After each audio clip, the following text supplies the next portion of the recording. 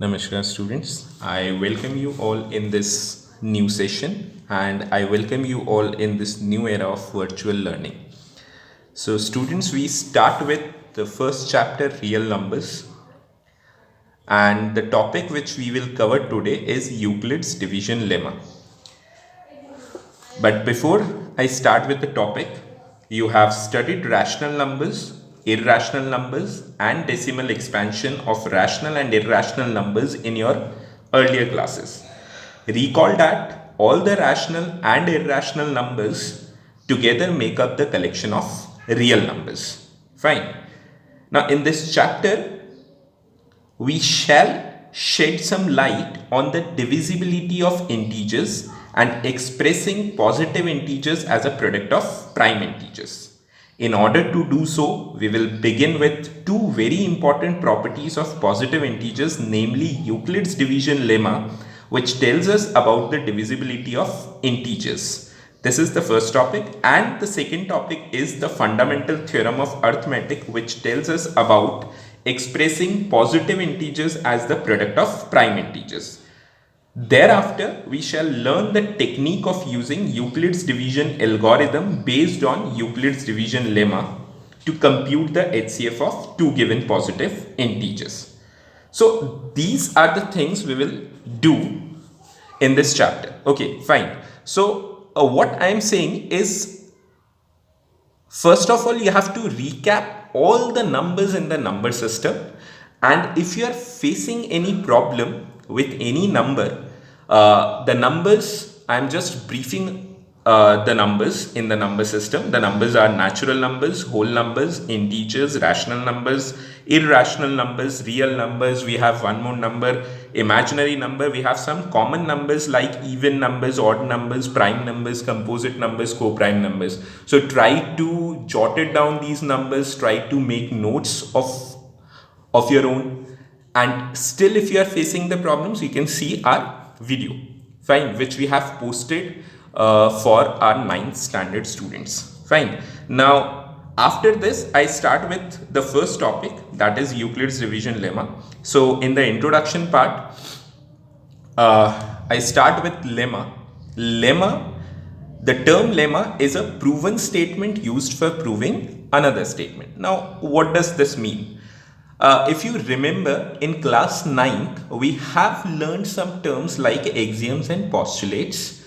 So axioms and postulates are what? These are the self-proved statements, fine, which are very less in mathematics. We have more theorems in mathematics. We have to prove everything, but there are few axioms which cannot be proved, but they can be verified. So lemma is a similar term. So this is a proven statement, a self-proved statement, which is used for proving another statement. We will later on see what are the statements which we can prove with the help of this lemma.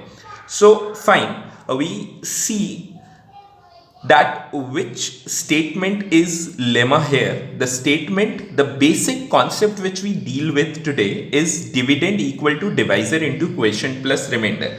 Now this lemma is actually a restatement of long division process you have been doing all these years. You know this concept in you have studied this concept in your lower classes only, that is in 5th and 6th standard. So this statement has a very obvious condition that remainder can be either 0, and if it is not 0, then definitely it would be less than divisor. So we can see this, that remainder is greater than or equal to 0 and less than divisor.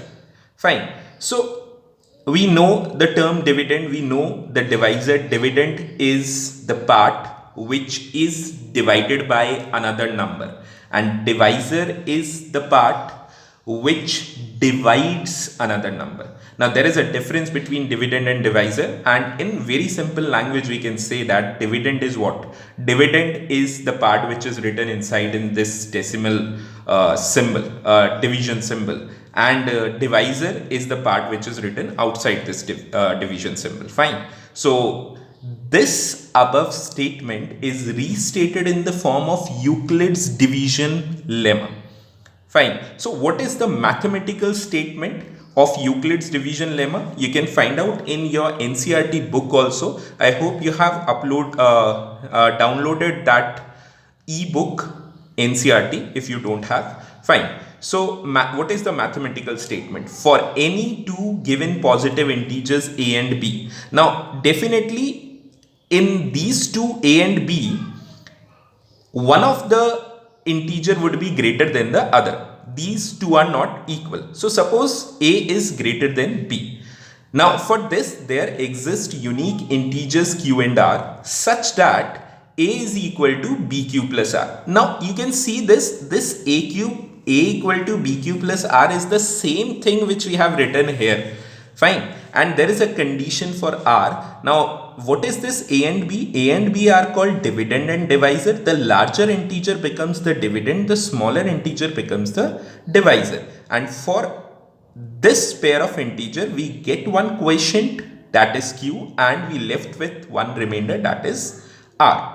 Fine. So we can see in this example, there are three examples written here. The first one is that 135, we have taken one pair of integer 9 and 135. The larger integer becomes the dividend, the smaller one becomes the divisor. And we have divided in this way. So we can see that 9 divides completely 135 here, and we are getting remainder 0, and this 15 is definitely, it is a quotient. Now we can say that if remainder is 0, then definitely 9 is a factor of 135, or 135 is a multiple of 9. Fine. So we are observing the possibilities of remainder here in these three examples. In this example, we get remainder as 0, but in the next example, we are not getting remainder as 0. So we cannot say that 5 is a factor of 42, or 42 is a multiple of 5, because the remainder is 2. Fine.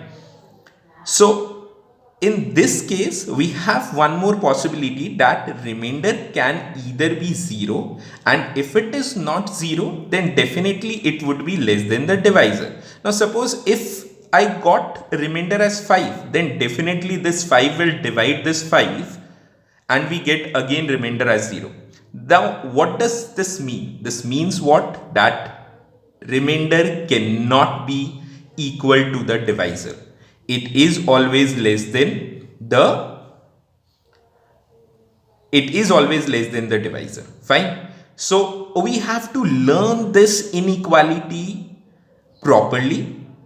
In this, we are reading this inequality in this way, that remainder is greater than or equal to 0. It can be 0. If it is not 0, then it could be greater than 0, but it is always less than b, where b stands for divisor, and it cannot be equal to b. You can see in this example also, where 633 is divided by 12, and we are getting remainder as 9, and we can write it in the form of Euclid division lemma. Now this statement is the lemma only, that is dividend equal to divisor into quotient plus remainder.